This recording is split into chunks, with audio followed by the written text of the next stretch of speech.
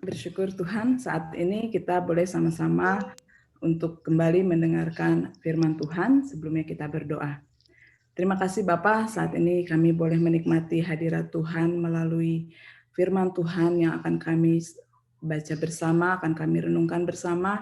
Biar Engkau yang memberikan pencerahan bagi kami sehingga kami dapat melakukan apa yang ingin Engkau sampaikan bagi kami. Di dalam nama-Mu Yesus Kristus kami berdoa, amin.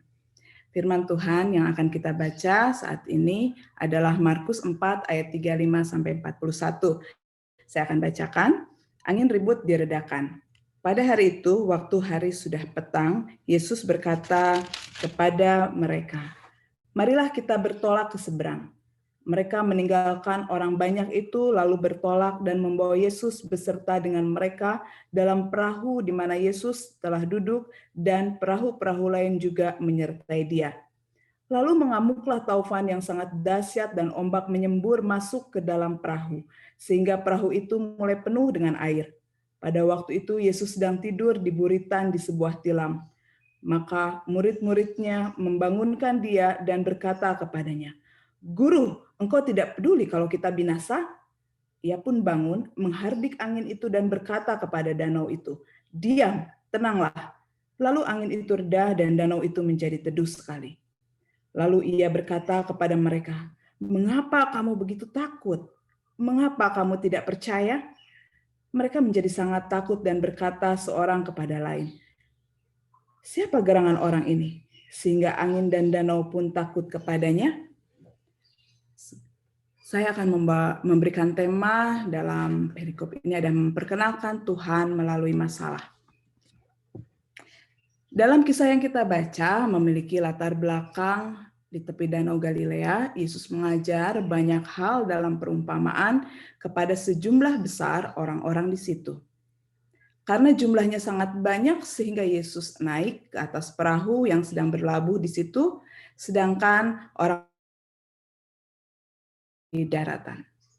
Setelah selesai mengajar dan hari menjelang petang, Yesus menyuruh murid-muridnya untuk bertolak ke seberang danau, yaitu daerah Gerasa.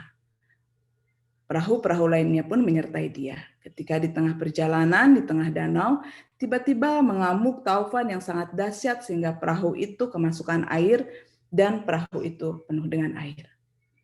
Saudaraku, Danau Galilea terkenal dengan badainya. Angin yang berhembus dengan tiba-tiba dengan kekuatan yang dahsyat ke tengah danau dapat menimbulkan badai. Cuaca cerah dapat berubah secara tiba-tiba dengan datangnya badai yang menakutkan yang mengguncang danau itu.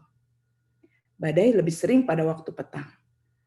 Perubahan suhu yang turun secara drastis dapat menimbulkan tekanan angin yang besar dan berhembus kencang ke tengah danau.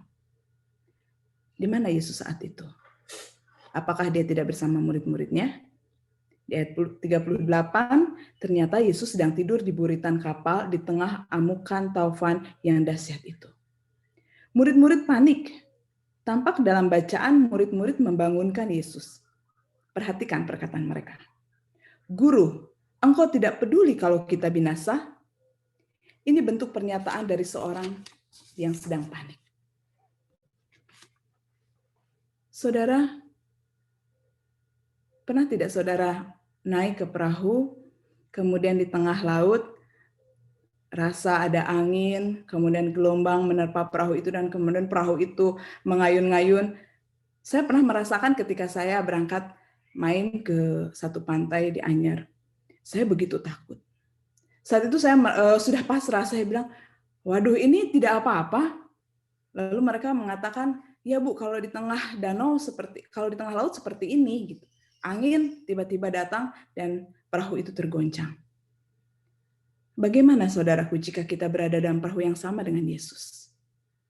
Apa yang akan kita lakukan sama seperti murid-murid Yesus? Membangunkan Yesus dengan panik? Atau pasrah saja? Ya sudahlah, kalau sudah memang waktunya mati, kita mati saja.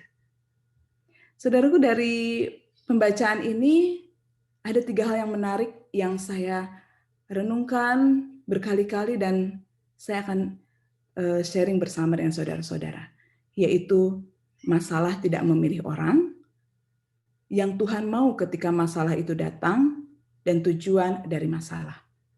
Kita bahas ya bersama-sama. Masalah tidak memilih orang. Dalam perahu itu jelas dikatakan murid-muridnya ada dalam perahu yang sama dengan Yesus. Ini yang menarik untuk direnungkan. Murid. Mereka adalah orang-orang yang selalu bersama-sama Yesus dalam pengkabaran berita keselamatan. Mereka adalah orang-orang yang bersama Yesus dan melihat langsung banyak hal yang Yesus kerjakan. Dan saya merasa yakin mereka para murid adalah orang-orang yang taat kepada Yesus. Apa buktinya? Ketika Yesus menyuruh bertolak ke seberang danau, sedangkan hari mulai petang. Tidak ditulis di situ. Murid-murid menolak atau berkompromi dulu dan bilang pada Yesus, Yesus, apa sebaiknya besok saja? Pagi hari, karena sekarang sudah petang. Tapi mereka tidak melakukan tawar-menawar itu. Mereka tetap taat melakukan apa yang Tuhan perintahkan, yaitu menyeberang. Tapi ketaatan mereka pun tetap tidak meluputkan mereka dari masalah, yaitu terjangan angin taufan dan badai yang dahsyat. Dalam Alkitab, banyak tokoh-tokoh yang dapat dijadikan teladan dalam menghadapi masalah. Seperti Abraham yang harus pergi dari zona nyamannya. Musa yang menghadapi banyak bangsa Israel yang sering bersungut-sungut. Daud menghadapi Goliat dan Saul. Yusuf yang dijual dan dijadikan budak. Daniel di gua singa. Sadrah, Mesah, Abednego di perapian.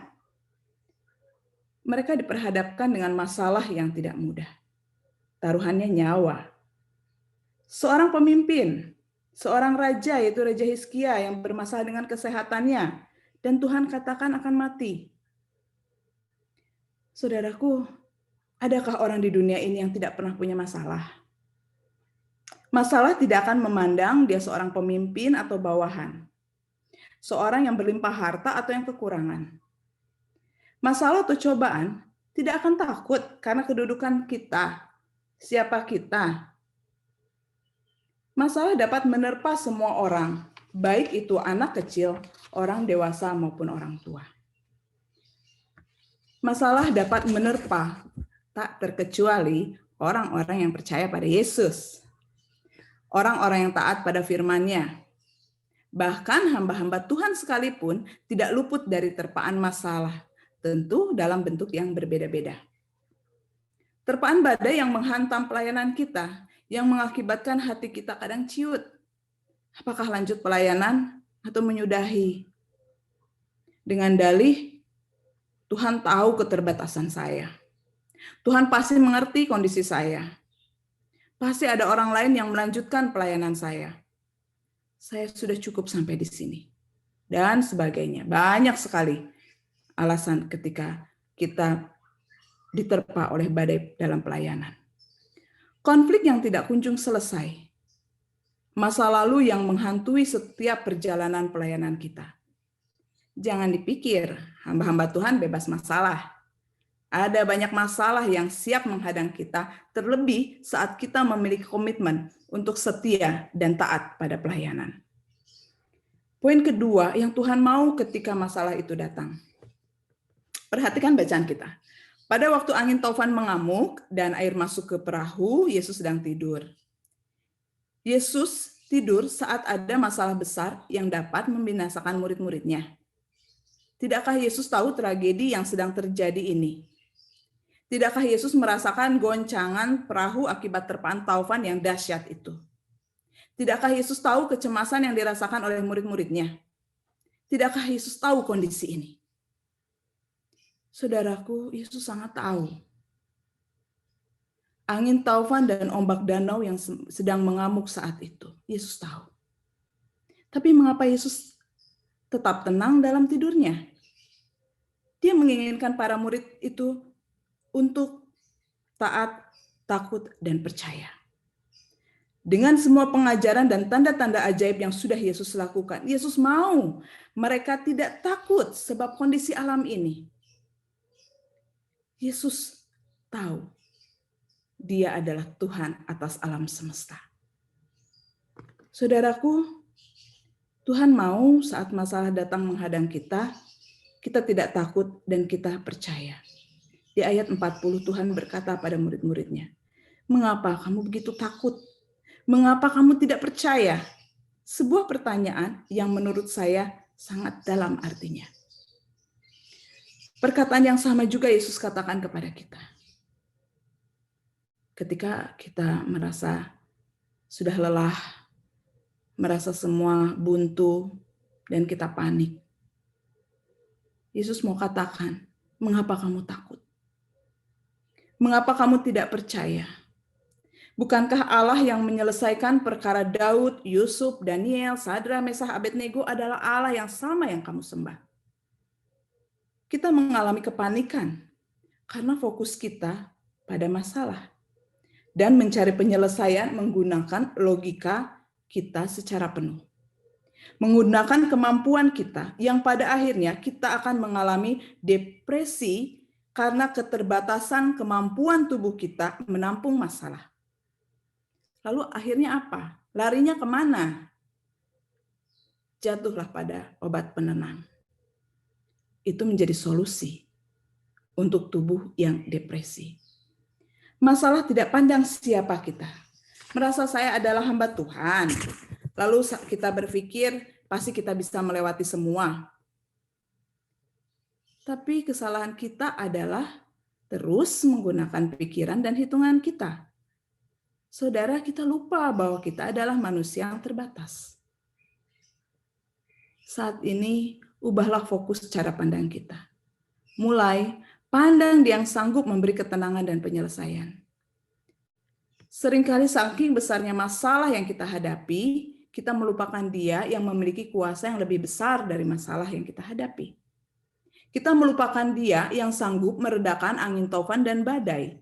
Kita melupakan Dia karena kita mengandalkan kekuatan kita, uang kita, profesi kita, kepandaian kita, dan kemampuan kita. Seolah-olah Tuhan tidak mengerti masalah kita. Kita melupakan Dia karena kita merasa telah menjadi orang Kristen yang taat. Tuhan mau ketika masalah cobaan datang, kita mengubah pola pikir kita. Serahkan semua kepada Dia yang berkuasa atas hidup manusia, atas alam semesta, atas segalanya. Katakan, Tuhan, tolong ambil alih seluruh hidupku, seluruh masalahku. Tuhan mau kita tidak takut dan kita percaya kepada Dia yang Maha Kuasa. Poin ketiga, tujuan dari masalah. Mengapa Allah izinkan angin taufan dan ombak mengamuk di saat murid-muridnya ada dalam perahu yang sama untuk menyeberang? Di ayat 36, perahu-perahu lainnya menyertai Dia. Ayat 41, mereka menjadi sangat takut dan berkata seorang kepada lain, "Siapa gerangan orang ini?" Saudaraku, masalah dapat membawa orang-orang yang belum percaya atau yang belum mengenal Yesus sungguh-sungguh menjadi percaya bahwa Yesus adalah Tuhan. Banyak orang yang tidak mengenal, tidak percaya kepada Yesus menjadi percaya akibat dari kesaksian orang percaya dimenangkan dari masalah. Ingat tujuan Nabi Daud saat mengalahkan Goliat? Dalam 1 Samuel 17 ayat 46 bagian akhir itu ditegaskan. Supaya seluruh bumi tahu bahwa Israel mempunyai Allah. Dalam Daniel 3 ayat 28, akhirnya Nebukadnezar memuji Allahnya, Sadrah, Mesah, dan Abednego karena mereka diluputkan dari perapian. Daniel 2 ayat 28, Daniel menghadapi kematian saat diminta untuk mengartikan mimpi. Tetapi dia memiliki tujuan, Allah untuk dikenali. Jadi tujuan masalah adalah memperkenalkan pekerjaan tangannya yang maha dahsyat. Memperkenalkan Yesus sebagai Tuhan dan Juru Selamat kepada mereka yang belum menerima keselamatan. Ada misi di balik masalah yang menimpa kita. Tuhan nggak iseng untuk memberikan masalah, mengizinkan masalah kepada kita. Tuhan punya misi. Saya memberikan ilustrasi. Ketika saya berangkat ke satu tempat, saya menggendong anak saya yang bayi. Kemudian mobil kami tidak sanggup untuk naik dan mulai berhenti di tengah-tengah. Semua kami panik. Tetapi bayi saya tetap tidur dalam pelukan saya. Kenapa? Karena dia percaya bahwa ibunya sanggup melindungi dia dari bahaya dalam perjalanan. Dia tidak takut selama ibunya bersamanya. Saudaraku, apa yang menjadi masalah kita saat ini? Masalah yang mengganggu kita, bahkan bertahun-tahun mengganggu pikiran kita, dan belum ada solusinya. Sudah mencoba dengan berbagai cara menyelesaikan dengan kemampuan kita, tapi tidak pernah berhasil. Malah bertambah mengganggu kita, mengganggu tidur kita. Rasanya ingin berteriak dan meninggalkan semua. Yesus adalah jawaban. Dia sanggup meredakan angin taufan dan badai. Dia juga sanggup menyelesaikan masalahmu. Sebesar apapun masalahmu. Hanya dari Dia kita mendapat jawaban dan ketenangan sejati. Segala rencananya tidak ada yang gagal. Segala rancangannya adalah rancangan damai sejahtera bagi kita.